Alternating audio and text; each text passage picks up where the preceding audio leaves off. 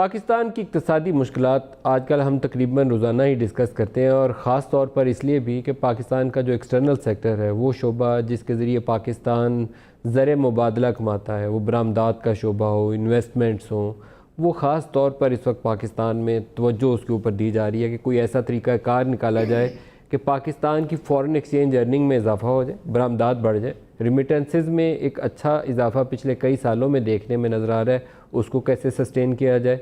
Investment सी pack की शक्ल में सिर्फ चाइना से आई थी और एक पोर्शन उसका इन्वेस्टमेंट था, बाकी उसमें भी सॉफ्ट लोन से, बाकी मुल्कों से इन्वेस्टमेंट क्यों नहीं आ रही और क्या इसके बग़ैर हम सर्वाइव कर सकते हैं? अभी तक इसका जवाब ना में आता है। ना में इसलिए आता है कि पाकिस्तान के ऊपर कर्ज़ों का बोझ बहुत तेज़ रफ्तारी से बढ़ रहा है। इमरान खान पूरी इलेक्शन कैंपेन में कहते थे कि 30,000 अरब रुपए के कर्ज़े डालकर पाकिस्तान पीपल्स पार्टी और PMLN वाले हमारे सर डाल के चले गए, या पाकिस्तान के सर पे 30,000 अरब रुपए के कर्ज़ों का बोझ डाल दिया।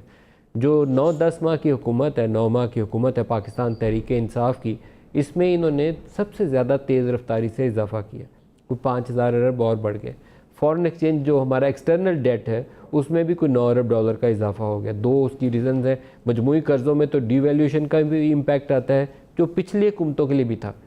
पाकिस्तान पीपल्स पार्टी की हुकूमत जब बनी, शौकत अजीज़ साहब और जनरल परवेज़ मुशर्रफ साहब के जाने के बाद, जब बीबी की असैसिनेशन के बाद पाकिस्तान में फसादात फूट पड़े थे, तो रुपया एकदम 60 से छलांग मार कर कोई 80-90 पे जाके रुका था, और वैसे ही जो टोटल पाकिस्तान की डेट की फिगर थी उसमें भी उसी तेज़ रफ्तारी से इजाफा हो गया। लेकिन एक जो 5 साल की नाकामी है पाकिस्तान मुस्लिम लीग नवाज़ के दौरे हुकूमत की, वो बरामदी शोबे में हमें नज़र आती है। बरामदात 25 अरब डॉलर से उन्हें आगाज़ मिला, और अंजाम कार जो था बजाय ऊपर जाके 28, 30, 35 अरब डॉलर पे जाते, जैसे बांग्लादेश में हुआ। बांग्लादेश और पाकिस्तान बराबर बराबर चल रहे थे, वो 25 से 35 पे पहुंच गए, हम 25 से 21, 22, 23 पे आ गए।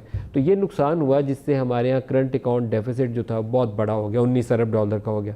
अब इसको ओवरकम कैसे करना है? हम IMF के आगे खड़े, हाथ बांधे खड़े हैं, उनकी शराइत की लिस्ट लंबी है। एक कहते हैं ये मानो, ये मानो, ये मानो, इधर से रेवेन्यू कमाओ, इधर से कर्ज़ा लो, इधर से कर्ज़ा लो, फिर ये तमाम चीज़ें तुम्हारी पूरी होती हैं, इसके बगैर आप बजट पेश नहीं कर सकते।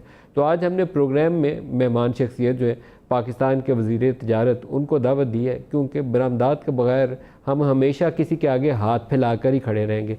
अभी की सूरत हाल ये है कि 9-10 माह में हमने सऊदी अरब से 3 अरब डॉलर उधार मांगे, हमने UAE से 2-3 अरब डॉलर उधार मांगे, हमने चाइना से पैसे कर्जा लिया, हमने ऑयल फैसिलिटी ली कि अभी तेल हमें दे दो, हमारे पास फॉरेन एक्सचेंज है नहीं है इसलिए पैसे नहीं आपको भी दे सकते, वो 1 साल बाद आपको पैसे देंगे, ताकि कोई ऐसा तरीका निकल आए कि ये जो मांगे तांगे के 7-8 अरब डॉलर स्टेट बैंक के पास अपने पैसे हैं वो पड़े रहें और मज़ीद नीचे ना गिरने शुरू हो जाए। ये सारी बोरोड मनी हमारे अपने वसाइल नहीं है। अपने वसाइल आएंगे रिमिटेंसेस की शक्ल में, इन्वेस्टमेंट की शक्ल में और बरामदात की शक्ल में। और वो तीनों सवालात आज हमने जो मेहमान शख्सियत है अब्दुल रज़ाक दाऊद साहब, इनसे पूछने।